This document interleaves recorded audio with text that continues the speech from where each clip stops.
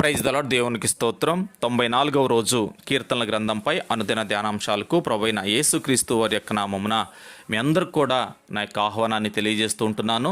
ఈరోజు ధ్యానాంశమై కీర్తనల గ్రంథము 38వ అధ్యాయం మొదటి 8 వాక్యాలను మీరందరూ కూడా మీ యొక్క బైబిల్స్ తీసుకుని చదవలసిందిగా కోరుతూ ఉంటున్నాను. పాపం చేయటంలో ఒక సుఖముందనేటటువంటి విషయాన్ని ఎవరు కూడా కాదనరు. పాపంలో సుఖం లేకపోతే ఎవరు కూడా శోధనలో పడిపోరు. పాపపు సుఖమును గురించి బైబిల్ మాట్లాడుతూ దానిని విత్తనాల కాలమని పేర్కొంటూ ఉంటుంది. పాపమనే బీజాన్ని నాటినప్పుడు సుఖము కలుగుతుంది, కానీ కోతకాలంలో అది వేదనను కలిగిస్తూ ఉంటుంది. కనుకనే మనము పాపం చేసినప్పుడు మనం ఎలాంటి వేదనకు గురి అవుతామో 38వ కీర్తనలో దావీదు స్పష్టముగా వివరిస్తూ ఉంటున్నాడు. యెహోవా, కోపోద్రికము చేత నన్ను గద్దింపకము, నీ ఉగ్రత చేత నన్ను శిక్షింపకము అంటున్నాడు. ఇంకా మాట్లాడుతూ దేవుని యొక్క బాణాలు తనలో గట్టిగా నాటబడి ఉన్నాయని, ఆయన యొక్క చేయి తన మీద భారంగా ఉందని చెప్పాడు. ఇంకా తన యొక్క ఎముకల్లో స్వస్థత లేదని, తన యొక్క దోషాలు తన తల మీద భారముగా మోపబడి అవి పాపం అనేటటువంటి సముద్రంలో ముంచబడ్డాయి అని అంటున్నాడు. నా మూర్ఖత వలన కలిగిన నా గాయముల దుర్వాసన గలవై స్రవించుచున్నవి. నేను శ్రమచేత మిక్కిలి కృంగి ఉన్నాను, దినమెల్లా దుఃఖాక్రాంతుడనై సంచరించుచున్నాను అంటున్నాడు దావీదు. ఈ వివరణను దేవుడు బైబిల్లో ఎందుకు ఉంచాడు ఒకసారి ఆలోచించండి. పాపం యొక్క ఫలితాలను దూసుకెళ్ళేటటువంటి బాణాలతో, భారమైనటువంటి చేతితో, ఇంకా వ్యాధితోనూ బరువుతోనూ మునిగిపోవటంతోనూ, ఊపిరాడని లేదా సమాధానము లేనటువంటి స్థితులతోనూ దేవుడు ఎందుకు పోలుస్తూ ఉన్నాడంటే మనము పాపాన్ని ద్వేషించాలని దేవుడు కోరుకుంటూ ఉంటున్నాడు. పాప పరిణామాలను లేదా పాప యొక్క ఫలితాలను మనం పాపానికి వ్యతిరేకంగా మలుసుకోవాలనేటటువంటి గమనమును మనకు కలిగిస్తూ ఉంటున్నాయి. ఆ రీతిగా దేవుడు మనల్ని హెచ్చరిస్తూ ఉంటున్నాడు.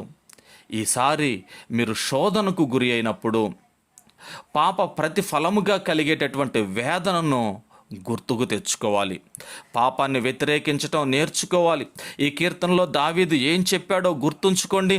నేను క్రైస్తవుడును, నేను పాపం చేయగలనేమో అని మీరు అనవచ్చు, కానీ మీరు పాపం చేయలేరు. ఎందుకంటే మీరు ఏమి విత్తుతారో దాని యొక్క పర్యవస్థానాలను అనుభవిస్తారు. తన వారు పరిశుద్ధతతో నడవాలనేటటువంటి ఉద్దేశంలో దేవుడు తన బిడ్డలందరినీ, తన వారిని ఆయన శిక్షించేటటువంటి వాడై ఉన్నాడు. పాపం విషయమై కాదు అని చెప్పటం మనం నేర్చుకోవాలి, ఇతరులకు నేర్పించాలి.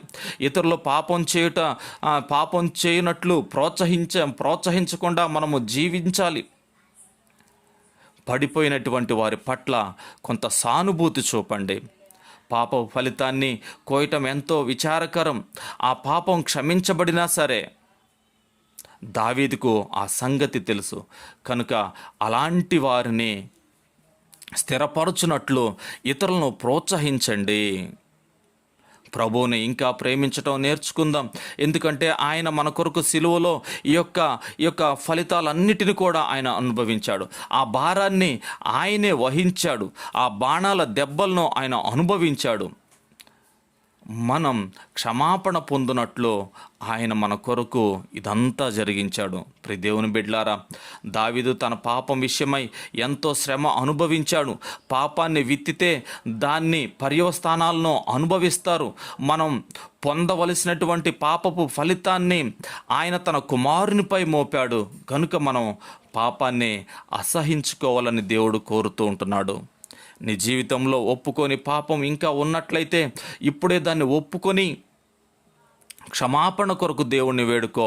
ఈసారి మీరు శోధనకు గురి అయితే దాని యొక్క పాప ఫలితం గురించి దావీదు ఇచ్చినటువంటి వివరణను జ్ఞాపకం చేసుకోవాలి. ప్రభు వైపు తిరిగి మనము పాపాన్ని విడిచిపెట్టి దేవునిలో మనం జీవించాలి. దేవుడు కొద్ది వాక్కులు ఆయనకు వినికిల్లో దీవించి ఆశీర్వదించునుగాక. మరొక ధ్యానాంశం కొరకే రేపు ఉదయకాలం కలుద్దాం. అప్పటి వరకు ప్రభు తన యొక్క కృపలో మిమ్మల్ని అందరినీ ఆశీర్వదించునుగాక. ఆమేన్.